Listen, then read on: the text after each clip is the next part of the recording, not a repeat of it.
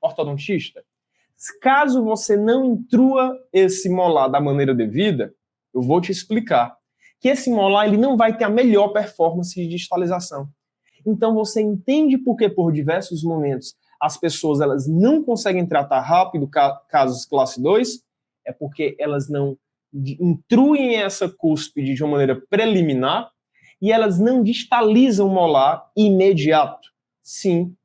A minha prioridade num tratamento classe 2, tendo os 28 dentes na boca e sendo um caso previsível de correção sagital, é eu distalizar esse molar o mais cedo possível.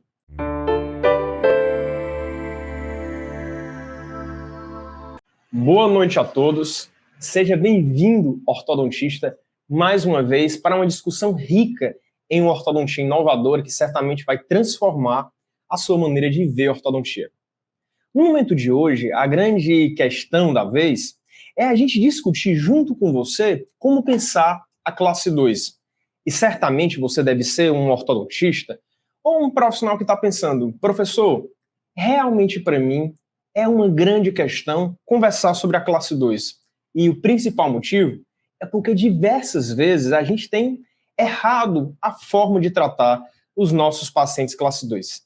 Então, aqui no YouTube, eu quero te dar boas-vindas, dizer para vocês que a gente tem um canal do YouTube que tem diversos vídeos que fala de uma ortodontia mais rápida, né? Propostas de ortodontias que eu posso oferecer para o meu paciente, tratamentos inovadores, tratamentos de alta qualidade e tratados de maneira rápida. Então, a proposta da vez, a grande questão levantada, é qual a melhor maneira de eu planejar pacientes classe 2 de uma maneira mais rápida, em 10 meses, 10 manutenções. Então, a grande questão, levantar isso junto com vocês, é conversar e ver a possibilidade desse tratamento acontecer. Então, a gente vai iniciar essa abordagem falando dessa paciente. Essa é uma paciente que vem até o nosso tratamento ortodôntico, procurando entender melhor sobre o caso dela e também entender como ser tratada de uma maneira efetiva. E vocês sabem, pessoal, qual é a principal limitação desse caso? É por diversas vezes não entender se essa é uma paciente ortocirúrgica ou não. E acredite, a maioria dos profissionais em ortodontia se sentem confusos por diversas vezes de entender, por exemplo, se essa é uma paciente ortocirúrgica ou não. Então eu quero mostrar para você que, de fato, essa paciente ela tem um aspecto de uma linha queixo-pescoço mais reduzida. Então, quando eu vou avaliar esse caso, eu vou fazer um desenho para mostrar para vocês aspectos muito significativos nesse tratamento. Então, quando eu olho a paciente, ela apresenta uma assimetria de maxila e mandíbula, sendo esse uma queixa da paciente. Além disso, a gente vai falar para vocês que o degrau de Whitts dessa paciente indica ela ser um caso de cirurgia ortognática. Vocês sabem por quê? Porque o degrau de Whitts dela tem 7 milímetros e é isso que eu vou te mostrar agora. Então, a primeira maneira de eu conseguir tratar rápido um caso é eu ser assertivo no diagnóstico e eu entender que o meu paciente, se ele apresenta uma queixa esquelética, certamente é um caso de cirurgia ortognática. Então, deixa eu te mostrar aqui para você entender melhor. Então, pessoal, quando eu olho um caso como esse, eu preciso entender o degrau de Whitts. E o que é esse degrau de Whitts? Essa avaliação de Whitts. Ela é uma maneira de eu olhar tanto o ponto A como o ponto B no meu plano oclusal e eu poder medir essa distância. Ou seja, eu vou medir a distância do ponto A para o ponto B e eu quero te falar que a contagem desses milímetros ela vai me responder uma pergunta. E essa pergunta é, a princípio, qual é a verdadeira indicação dessa paciente? Por exemplo, é um caso de mordida, é um caso ortognático, é um caso só ortodôntico? E eu quero te falar, essa aí é uma simulação do degrau de Whitts, para que você entenda, que a partir do momento, pessoal, em que eu avalio esse degrau de Whitts do meu paciente, esse é a avaliação que eu tenho do meu paciente padrão 2. Então eu quero te falar que para tratar rápido o meu caso, para que eu seja assertivo no diagnóstico, no planejamento eu preciso entender qual é a real indicação do meu paciente.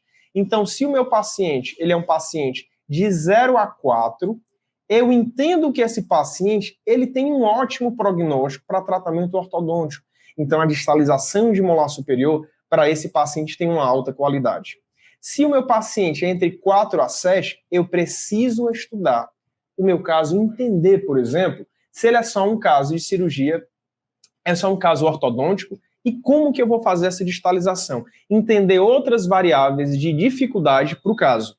Se o meu paciente, como essa paciente que eu mostrei, ela é um caso igual ou acima de 7 milímetros, ela é um caso de cirurgia ortognática, e tentar um tratamento ortodôntico nela seria uma forma só de eu realmente ter alguma problemática, como, por exemplo, prejudicar o caso da paciente. Além de entender esse batente esquelético, eu preciso entender também, e isso é extremamente importante, se a queixa facial da minha paciente, por exemplo, de ter uma mandíbula mais funda, na verdade, não é um plano oclusal alto. E por que é que eu digo isso para vocês? Porque muitas vezes o paciente dólico facial, ele apresenta uma rotação dos maxilares no sentido horário. E aí eu entendo que aquela queixa da paciente, ela já não tem a ver com uma discrepância maxilomandibular no nível sagital, e sim um plano oclusal alto.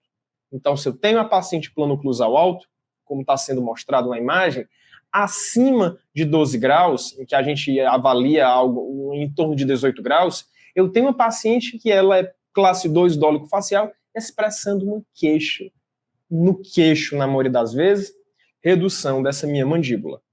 Uma vez eu entendendo que agora minha paciente é ortodôntica, eu vou compreender, pessoal, e fazer uma avaliação, entender nesse meu caso que essa paciente, eu preciso estudar o caso dela.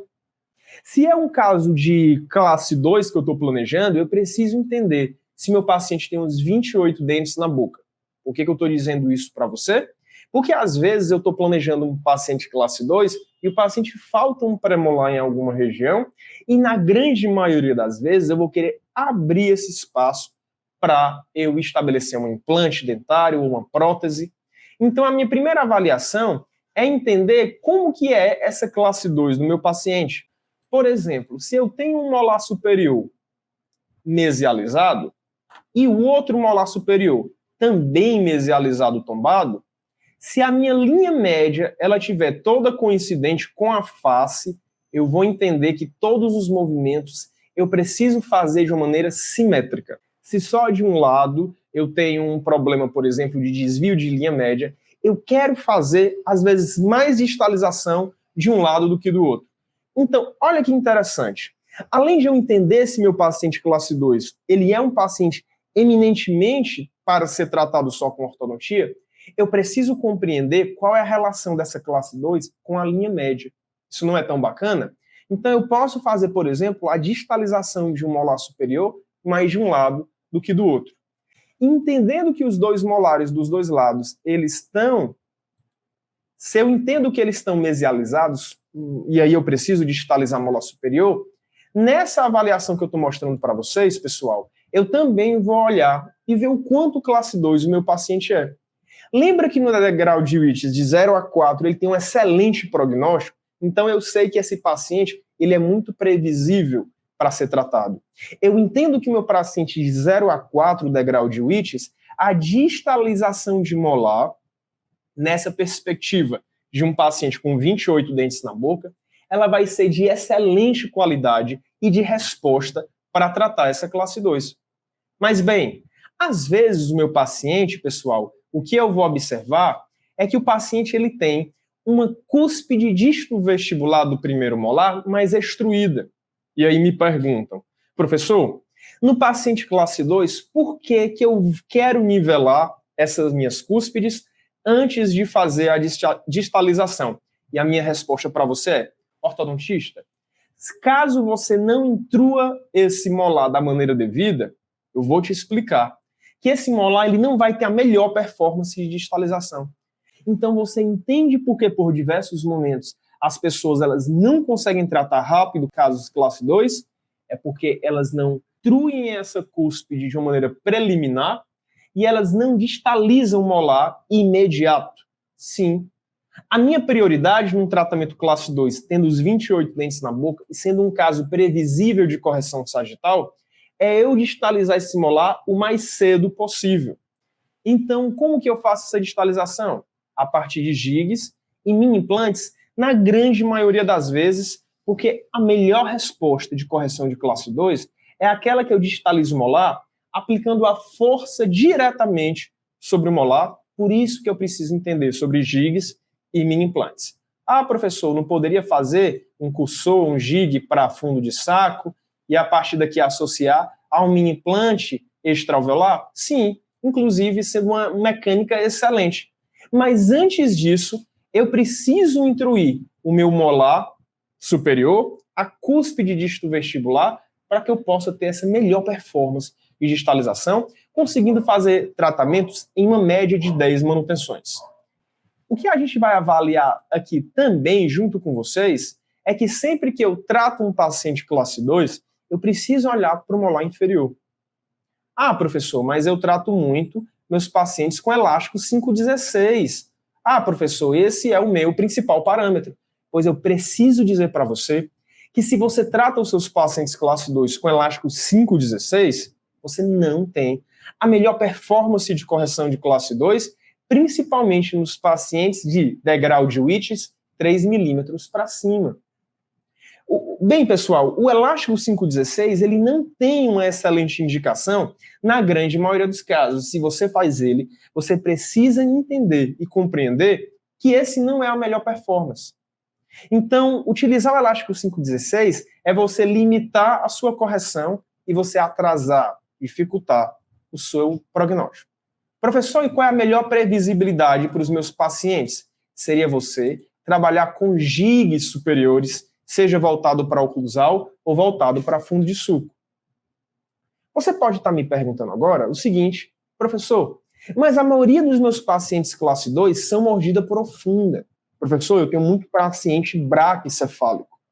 Então eu preciso te falar que se o seu paciente ele é um paciente braquicefálico, eu preciso te dizer que esse paciente mordida profunda, eu preciso associar esse cursor ou jig, como muitos conhecem, a uma alavanca inferior. A alavanca ativada, pessoal, ela já vai corrigindo a minha mordida profunda de imediato.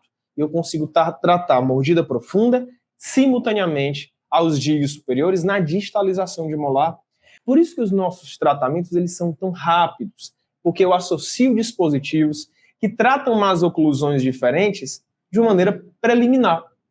Isso nos primeiros meses de tratamento em fio de Naitai. Professor, e essa distalização vai acontecer? Sim, porque o jig ele está concentrando a minha distalização no primeiro molar superior e eu tenho esse resultado antecipado. A distalização do molar superior ela só tem uma alta performance de fato quando eu tenho, pessoal, uma intrusão do molar. Então, se o meu paciente ele tem essa cúspide extruída, desnivelada em relação ao segundo molar, a primeira coisa que eu preciso fazer é a intrusão, e esses são os mini-implantes extraalveolares superiores. E aí você pode estar me perguntando, professor, você está falando muito sobre distalização de molar superior. Mas, professor, é sempre que eu vou fazer isso? É sempre que eu vou tratar essa distalização? Eu vou dizer para você que depende. Depende do quão meu paciente ele tem um degrau de Whitts grande e depende do que eu queira fazer com ele. Então, olha que bacana o que eu vou te mostrar agora. Você está vendo esse caso agora da imagem? Você está vendo como esse paciente é um classe 2 praticamente total de molar? Muitas pessoas me perguntam, professor, eu estou achando interessante. Eu estou achando interessante tratar essa distalização. Mas é sempre que ela é possível? Pessoal, por diversas vezes, quando o meu paciente ele apresenta e ele já vem do meu consultório com uma classe 2 total de molar, como está sendo mostrado nessa imagem, muitas pessoas acham que é possível, por exemplo, eu fazer uma mecânica como essa. Então, deixa eu mostrar aqui para você, para que você consiga visualizar. Professor, então eu vou avaliar um caso como esse, o meu paciente é um classe 2 total, e você me indica, professor, eu fazer essa distalização para encaixar o canino?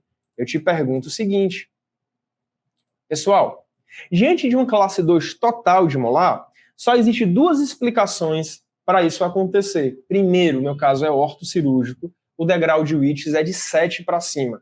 Segunda explicação, o meu paciente classe 2 total de molar, eu preciso avaliar o caso. E se eu tenho, por exemplo, incisivos superiores muito vestibularizados, apenas na situação de eu ter incisivos superiores muito vestibularizados ou um apinhamento severo, eu posso optar por fazer extração de premolar. Então, essa possibilidade que está sendo mostrada na imagem, ela, num classe 2 total de molar, é menos provável que aconteça. Na verdade, o que eu vou querer, nesse paciente que tem incisivos muito vestibularizados, na grande maioria das vezes, é extrair o meu primeiro premolar.